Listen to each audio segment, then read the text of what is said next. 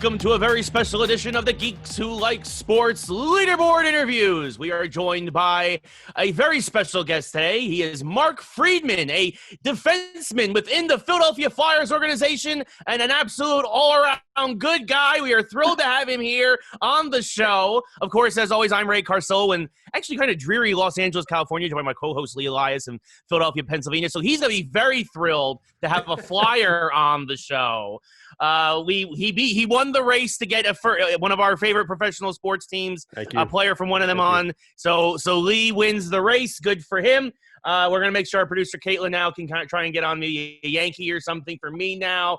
But Mark, welcome to the show, buddy. How's it going? Thanks for having me, guys. I appreciate it. Everything's going well. Can't complain. Just here at the training facilities in Philly, and I'm excited for the season to start up.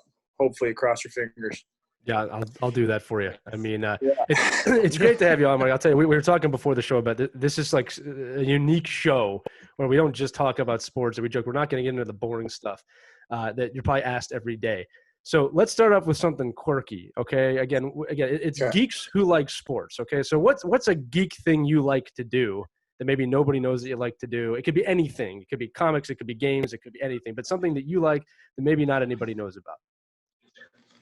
Let's go off the book here. I like to cook. There you go. Oh. Pretty geeky. I'm actually watching, well, not really, but in the background, there's some diners, drive-ins, and dives going on. Nice. It's my favorite TV show. And any chance I get to cook at home with my girlfriend or with my family in Toronto, I'm doing it. I'm making a 3-star dinner. That's what I like to say. But yeah, I mean, I like to cook as much as I can. Well, see, that's awesome, dude. I'm actually. You just made Ray a fan of you, that's exactly what my mission is accomplished here today. Yeah. There you go. Well, it's funny because in quarantine, I'm kind of starting to get back into cooking a little bit, which is kind of funny. I make quite the quesadilla, but it's not too hard to make. Yeah, I know. Well, yes, exactly. Is it 3 stars though, Ray? Is the real question? Is it 3-star quesadilla? Yeah, no, I think it's up to maybe 2.5 stars. All right, we'll take it. But I'm similarly starting to make my own salsas, starting to make a lot of fresh stuff again, But yeah, that's funny you mentioned Guy Fieri because I was actually watching that yesterday too. They had a marathon. I think it was on. It's on 6 hours Friday, straight. It's on all weekend. It's great. It's fantastic. Yeah. So what do you think about him wanting to rename his hometown of Columbus Flavortown? What do you think of that? No way. Yes. Oh, you haven't heard about this? No, yes. I guess I'm not that much of a fan. I didn't even hear about that. So Guy Fieri started a petition to rename his hometown of Columbus, Ohio, Flavortown. That would be awesome. And people are signing up. I'm all for it. Yeah. But cool. What would they call the Blue Jackets then? What would happen? Would they become the Flavortown Blue Jackets, or would they have to change the mascot? Yeah, I don't know. I mean, he'd probably have to be the mascot then, no? The Flavortown Fieries, right? That's what they'd have to be. Hair and all that. Yeah. The logo is a guy with his hair on fire. It's perfect. Yeah, better than Blue glasses Jackets. on. Yeah. All the jerseys would have to look like Hawaiian shirts or something, like really just bright and colorful. And it's a pretty crappy logo as it is, so I think it's time for a change. Yeah. Thank you for saying that. Listen, man, it is the only team. We're all in agreement here. It's the only team in the NHL whose name I constantly guys. You just missed it completely. You have the Civil War reference, but you totally missed it. Thank you for saying that. Yeah, that's not a good one. Yeah. So, of course, speaking about the NHL, of course, you first off, congratulations! You got your first career NHL point this year, which is tremendous. As when you were, and of course, you're skating with the team now, as we are as starting to hopefully prepare for, as you mentioned earlier, fingers crossed, the return to play. I want to just start off by asking what it's been like getting back into hockey with this after this long pause, and what's it just like around, the practice facilities and the arena as we are again hopefully going to have hockey soon. Yeah, well, obviously it's 3 months of no skating or no gym time is pretty tough to get back at it right away, But I mean, us guys being so competitive as we are, we just want to get out there right away and go full throttle as soon as we can. And might not be the smartest thing to do is to probably ease into it. But yeah, I mean, there's 10 guys in Philly or Voorhees right now, and it's been pretty crazy to say the least. We're only allowed to be at the rink for 2 hours, 45 minutes in the weight room, and then 45 minutes on the ice. So there's actually literally someone there clocking you, right? When your time, when you walk in, and then when you leave, you got 2 hours on the dot. And there's some pretty serious repercussions if you go over those 2 hours or 2 hours and 15 minutes, whatever it is. And so like Monday, I'll take you through a week. I mean, Mondays and Fridays, you got to do a spit test in the morning. You got to send that in. You got to send your temperature every morning before you get to the rink, 2 hours before. And then when you get to the rink, you got to have 2 more temperature tests, all obviously with your mask on when you're not in the weight room or on the ice. Wow. So, I mean, everyone's always – you got to be in groups, right? You can't have too many guys. Which still doesn't make too much sense to me because it's probably the safest place you can be inside the facilities. But yeah, I mean, everyone's going through it, and it's definitely not easy for guys, considering some guys like to be at the rink for 5 hours, like my good buddy Phil Myers. So he can't be doing that. But yeah, I mean, it's kind of a wake-up call to say the least. And I think it's just preaching good habits with cleanliness and all that stuff to start. I mean, playing with no fans, I'm going to jump into that. Playing with no fans in the Stanley Cup playoffs, that's going to be pretty crazy, right? Especially Flash so, fans. I mean, yeah, exactly. I mean, considering Philly is the best team at home, and they need home ice advantage. So, I mean, yeah, I mean, it's a crazy world, but the world needs sports, right? So, I mean, one step at a time, and hopefully it comes sooner than later.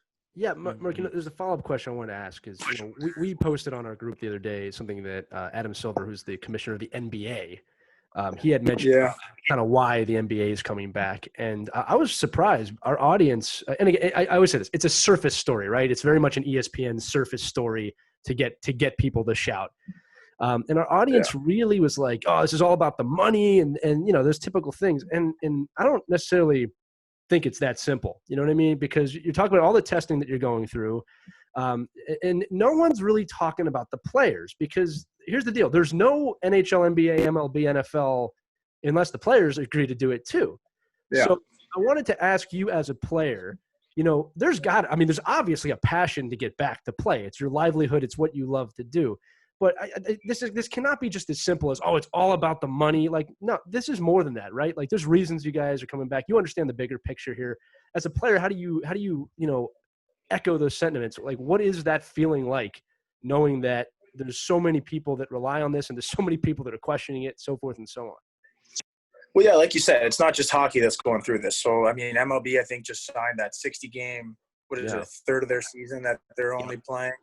The NBA is playing, maybe, I don't know if that's for sure yet, in Florida.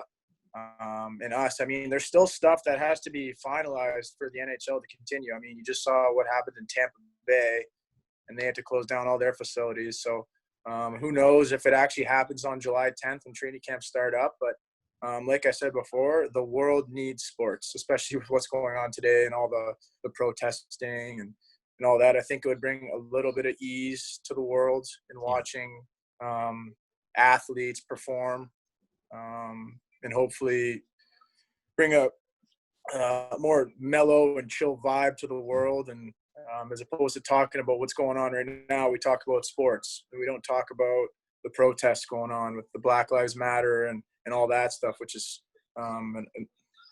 pretty scary stuff. But the world definitely needs sports, in my opinion, as an athlete. Yeah, I think it's important to hear that from. Sure, you guys can agree too.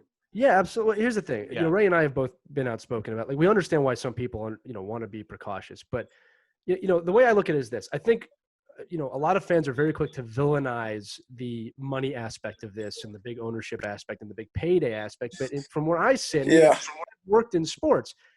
in my opinion, you're choosing to come back. No one's I shouldn't say twisting your arm, but like, no one's forcing you to come back. Yeah. Exactly. Yeah, and I think that's pretty noble in a way. And again, you're always going to get you get paid millions of dollars. It's just that, I don't think that's why players are necessarily coming back. I think they're coming back because, like you just said, the world needs sports right now, and you understand that you have a place in that. So anyway, Ray, I'll let you follow up on that too. I really wanted to get your perspective on that. Yeah. No, and I definitely appreciate that too, Mark, because like Lee said, I mean, especially just from the fan perspective, me, I work from home. I'm very much, I'm fortunate in that regard during all this, but I'm also very much isolated, and sports not having that extra escape for me. I appreciate what you guys are doing. I really appreciate that you guys want to come back, because it gives me something to finally disconnect myself from the computer, because I could work all the time because I'm a work from home person. It's also in terms of my family, like my mom's a big baseball fan. That's her sport. That's the one thing she follows. But the fact that baseball is even coming back, like, and they have, like you mentioned, the 60-game season now in place, and they too, like you in the NHL, are going to have to go through a lot of tests and all this other stuff to come back. But I could hear it in her voice when I talked to her yesterday, the ease that seemed to be that she had, that she knew it was coming, right? Or at least that it looked like it was coming. And it feels like a lot of people who, especially those who are more isolated, sports provide such an escape and such a respite for a lot of us. And so I just want to say I appreciate you all doing what you're doing. And yeah, I mean, that's just my story for sure. But speaking of, like, sorry to interrupt, but it's not also just the money. I mean, you got some guys who are having newborns right now, and they're taking time away from their families to come over and, like I said, put on a show, or just to be there for some people. So like, it just makes the world a better place, hopefully, for everything that's going on. It's a great point, man. It's a phenomenal point to talk about. Ray, if I may, real quick, I got to ask this follow-up question. So you drafted in 2014. This is what's funny. I know where I was the moment you were drafted, because I was living in England. This is why. There's a reason behind this. I was living in England at the time. I was coaching in England, and I had my not even 1-year-old son in my arms, who's almost going to be 7. I can't believe that. And I remember them picking you. There's a lot of reasons why I remember. And then what's funny about the Flyers at this time and the organization you were coming into is it was a weird time. Ed Snyder had just passed away. The team was really starting to lose its identity at the time, right? In terms of like the bullies, which is not what they are anymore. You know what I mean? And you've really been here to watch the resurgence of the culture come back, especially this season. Yeah. You know what I mean? So I wanted to ask you, and again, I know you spend time with the Phantoms and with the Flyers. I've always admired you because your height and weight do not fit the standard of a defenseman, but you have pursued through that no matter what. And I've always loved that. It's gritty as hell, no pun intended yet. So having been with this organization now for more than half a decade, I mean, what's it? You're always told not to ask what does it feel like, but damn it, man, what does it feel like watching this team come back to life? Yeah, I mean, as exciting it is for me to hopefully be in the lineup full time next year. I mean, the fans their bloods must be boiling at this point, Yeah. But yeah, I mean, they got something special going on with a bunch of the young guys they have. I mean, you got, just for 3 guys, for example, you got Hart, Provorov, and Konechny. I mean, those 3 guys are something special, and they're going to be probably Hall of Famers by the time their career's done. Let's hope. But I mean, from where it was when I was drafted to a for sure non-playoff team to now it's, oh boy, we got to go to Philly and play the Flyers. Yeah. That's not always fun. And teams I've played on growing up, and sometimes when playing in the Phantoms, it's teams are like, oh yeah, we get to come play in that building. And that's the furthest thing from Philadelphia. Yeah. People are legitimately scared coming into that building. I have a few buddies that play on opposing teams in the NHL, and they say it's the toughest place to play. Yeah. So, I mean, good to hear. Yeah. I mean, besides that, they got some pretty good players and some upcoming talent it's going to show the world. Yeah, I was joking with Ray that, knocking on wood, that this year's just, obviously a unique year. I said, you watch them do it this year when there can't be any fans because the Philadelphia is a tortured city. We always joke about that. Watch the Flyers win this year when nobody can be there, where, G comes down the ice, puts one in to win it. And all you look up in the stands, it's just Gritty just jumping up and down. That's the only person in the fan base. But, appreciate the answer. I just, like I said, as a longtime follower of the team, it's cool to hear. You think there'll be an asterisk besides Stanley Cup champs this year or what? We've discussed that, man. We've discussed that. And this is what we had said was that no matter what happens, this is always going to be the COVID champion, right? It's always going to be the COVID champion, right? And I had said that as long as there are 7-game series and there's 4 rounds, I think more people are going to be willing to accept this as a true playoff champion. I said if they had gone down to 5 games or, other things, and the qualification round is really the unique part of this, right? And I think people can swallow that. Now, what gets weird is and we talked about this, if the Rangers just run through and win, I know. It's weird. just or you got Carey Price standing. You got Carey Price standing on his head for 30 games. And then there's also things like, Tampa Bay is suddenly extremely healthy before obviously they shut down their facility. Yeah. Things like that, like, an extremely healthy Tampa Bay is a different Tampa Bay that was at the pause. You know what I mean? So with that said, though, that also creates more difficulty. Now you have legit most of the league is healthy, right, and rested. So this could potentially become one of the best playoff years of all time. But I'm gonna, again, it's a full playoff second season, assuming nothing goes wrong. I can accept that. Again, if they messed with that, I would have had a hard time. But I don't think an asterisk is needed. It's just going to be 2020 was 2020 was 2020. We had the playoff. We're moving forward. Yeah, I was going to say that's actually a good way to follow up is what is your thought on the new playoff format for this year, the expansion to 24 teams, the first play-in round, the round robin for teams like the Flyers who were at a certain position when the pause happened. What was your thoughts when you heard this proposed and now going forward, this new format for this year? What were your thoughts, Mark? To be honest, I didn't really care about what Montreal or Chicago or those teams are doing.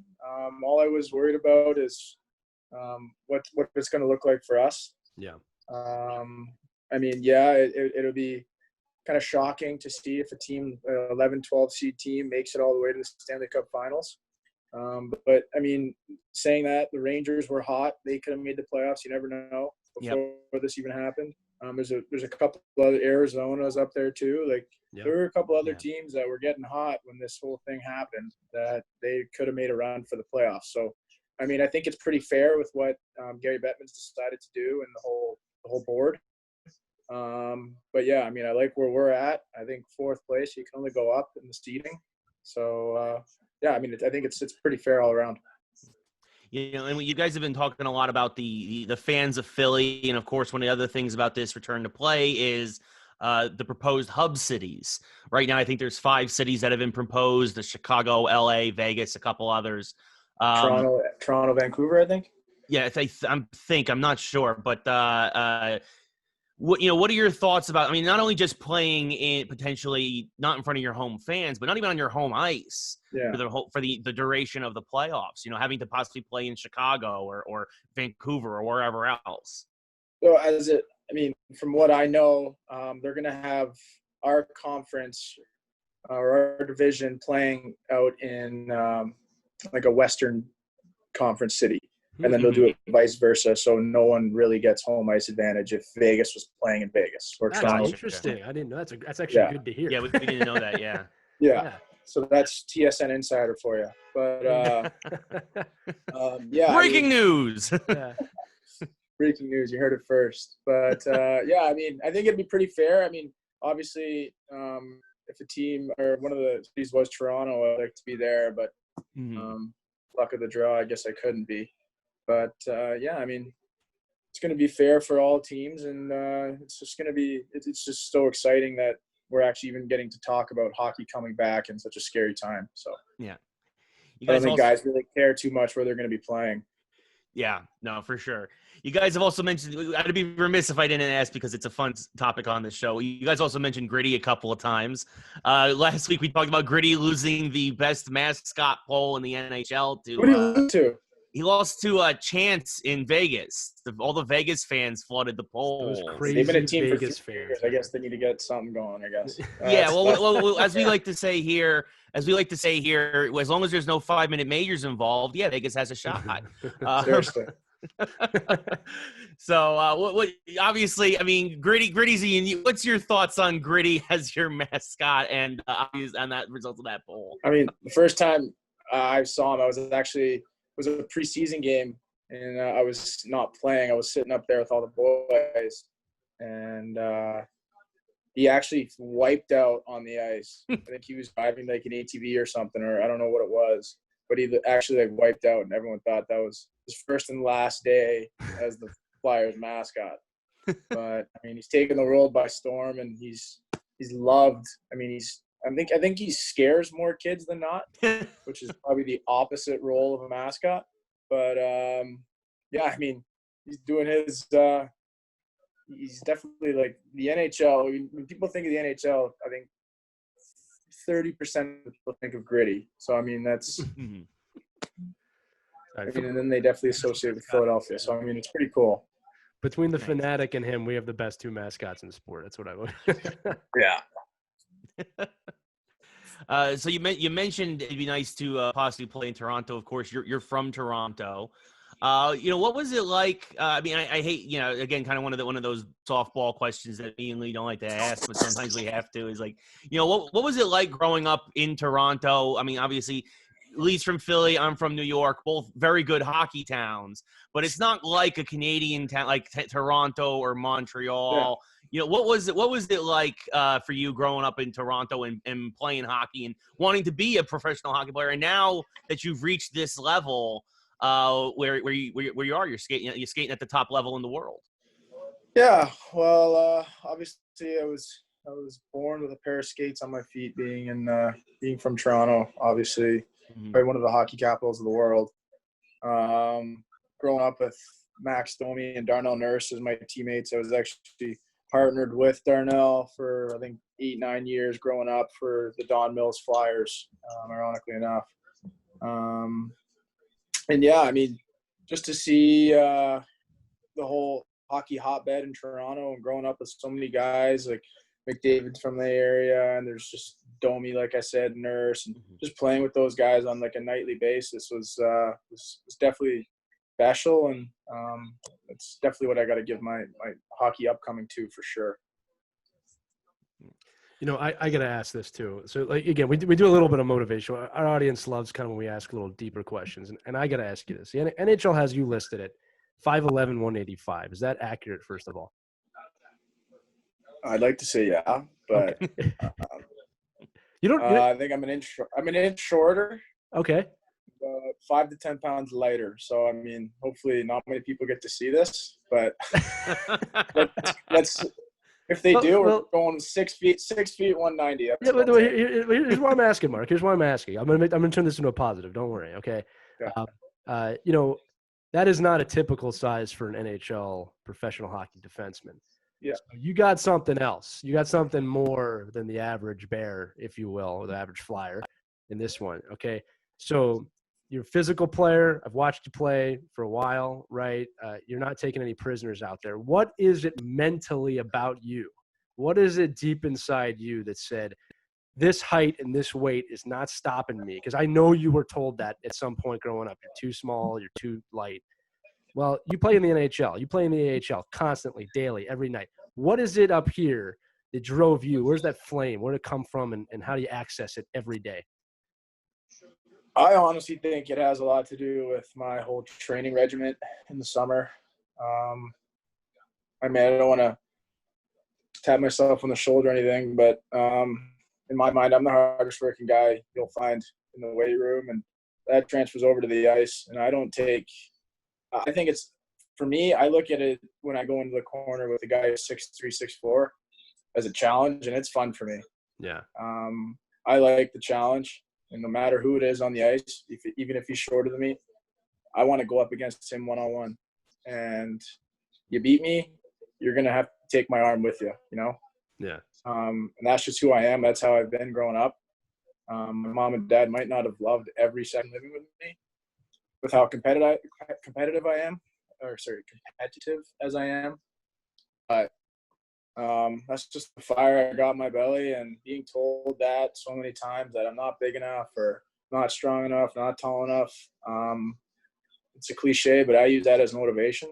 Yeah, love it. And I love being the size that I am because guys overlook me.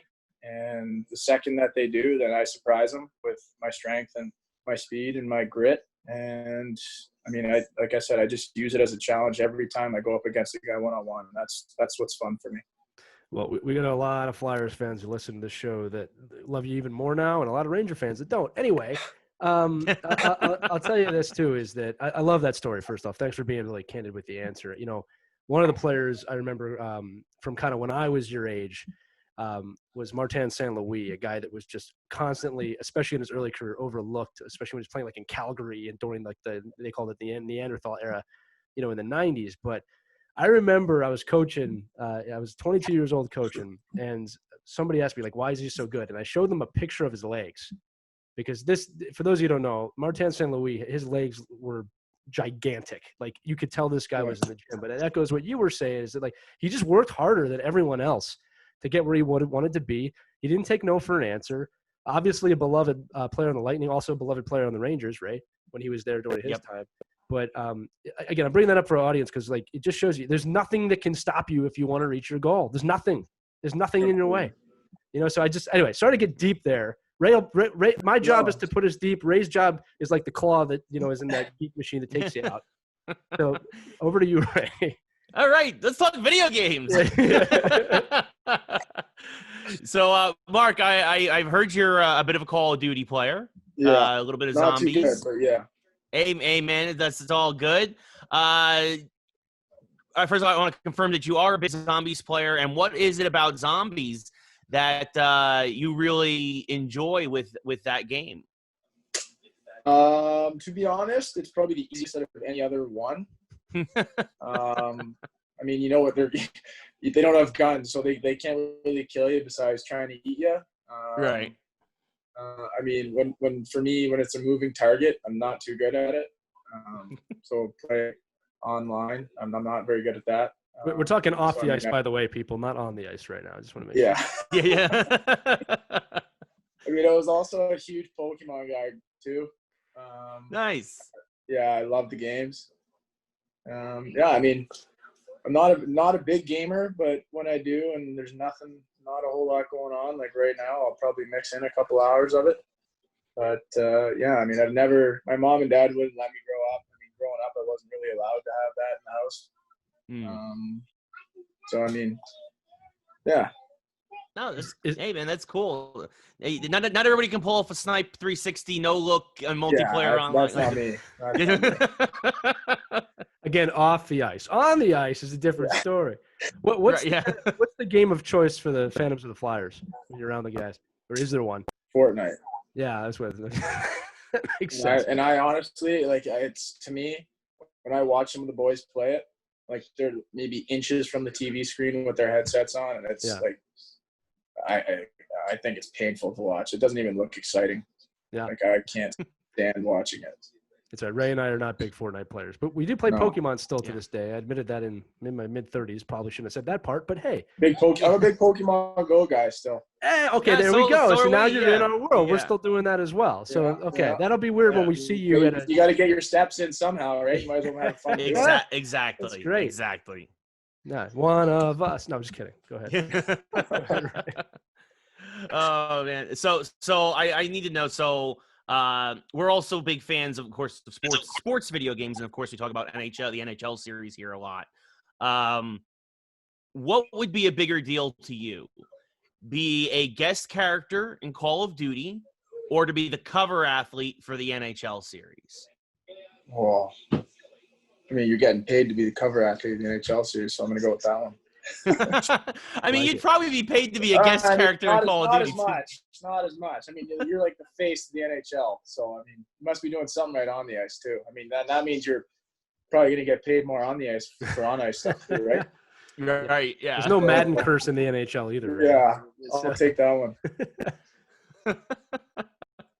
We talk all the Nice. time about the NHL franchise, and again, I have no idea if you ever played those, but as a hockey guy, I always talk about it's just not close to anything like the real experience. You know what I mean? And No. Ray and I have been extremely critical of that game. Have you ever had the chance to play as yourself in the game? Do players even do that? I don't even. No, I mean, I know a couple God, guys. you can be honest. Yeah, I know a couple guys. I'm not going to throw anyone under the bus here, but I do know a couple guys on my team who do.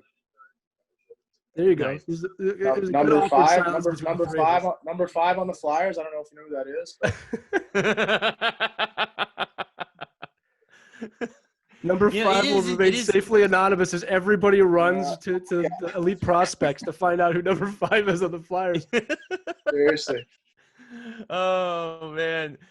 No, it is funny, though, because it seems to be like there's two types of players, right? Because I've heard this in other sports, too. I remember infamously Vladimir Guerrero for baseball used to always play as himself in the baseball games way back in the day that EA used to make. But, yeah, it's either you're either one or the other, right? I also got the chance once to talk to Brandon Jacobs of the Giants a long time ago, and he was a big gamer, and he played Call of Duty, Halo. He said the last thing he ever wanted to do was play as himself in a Madden game or whatever. And it's interesting to see it's either one extreme or the other. It seems to be when it comes to that. Well, there's actually not much shell that likes to be played within the guys here. It's mostly gun games. Yeah, well, I mean, you're doing the real chell. I mean, yeah. You're playing the real game. You don't need to play video games. Yeah, I would take that. Yeah. I also don't think it's accurate enough to even you could say, well, it's like, oh, I'm scouting. Shesterkin's got a weak glove hand in NHL. I'm sure he's gonna be weak here in real life. Seriously. Yeah. Or he fanned on a shot. He must do it all the time. Yeah. Yeah. Ovechkin fans on a one-timer on the left side of the power play in the NHL game. No. That would never happen. Yeah. Mark, here is something funny that this is the only good thing the EA Sports NHL franchise did this year. So apparently they added in something with Brad Marchand missing on shootouts. Okay? I'm not kidding you right now. So they added in some sort of thing on a shootout that he may miss once in a while. And I was like, that's either the biggest troll job of all time or the most messed up thing of all time. I don't know. Yeah, I was actually I was there for that. I got called up for that game. Is that where this is going? No, I only if you wanted to. I was just going to ask. Listen. I know there's mutual respect between players, but that must have been painful to watch for both benches. Yeah, it was hilarious, to be honest with you. I think he kind of deserved that. Yeah, I'll leave it at that. That's fine. I'll take it. Yeah, right? We'll end it there. Yeah, we're not gonna get we're not gonna throw I got what I needed out of that. No, just go ahead. Yeah. No, we weren't trying to go there. We're not trying to give you a shovel to bury in some, Mark. Don't worry. Oh goodness. We also heard, and again, correct me if I'm wrong, that you're also a big Transformers fan. Is that true? Yeah, Transformers. I was a huge Narnia fan until they stopped that whole thing. But there's a Netflix show I think coming out on it, which I'm pumped about. I don't know if you guys heard about it. On Narnia, right? Yeah. No, we did. Yeah. Mm-hmm. Yeah. Yeah, I can't wait for that. And then Planet of the Apes, I loved. And what was the other one?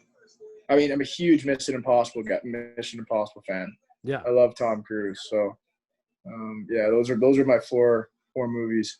It's amazing how he's been able to take that franchise and really armbar into something like bigger. Because I remember, I remember when the first few of them came out, and I remember after 3, everybody was kind of like, all right, well, that was fun, And then he he literally grabbed it. It's like, I'm gonna make this, my James Bond, and we're just gonna keep. Yeah, they're incredible. I mean, they got better and better, in my opinion. I think so too. Yeah. So, yeah. I mean, it's and he's like, he looks incredible too. It's like he doesn't age. Yeah, well, there's. He does all his own stunts. Yeah, still, that's pretty ridiculous.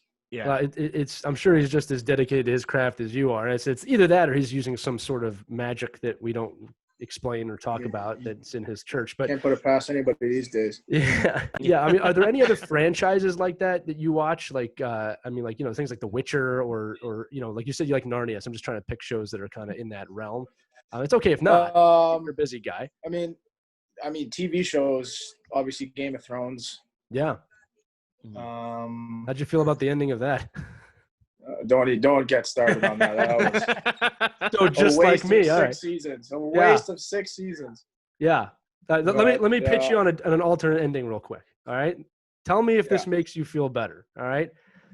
Because I can't rewrite the whole last season. What if in the last scene? Well, someone needs to. Yeah.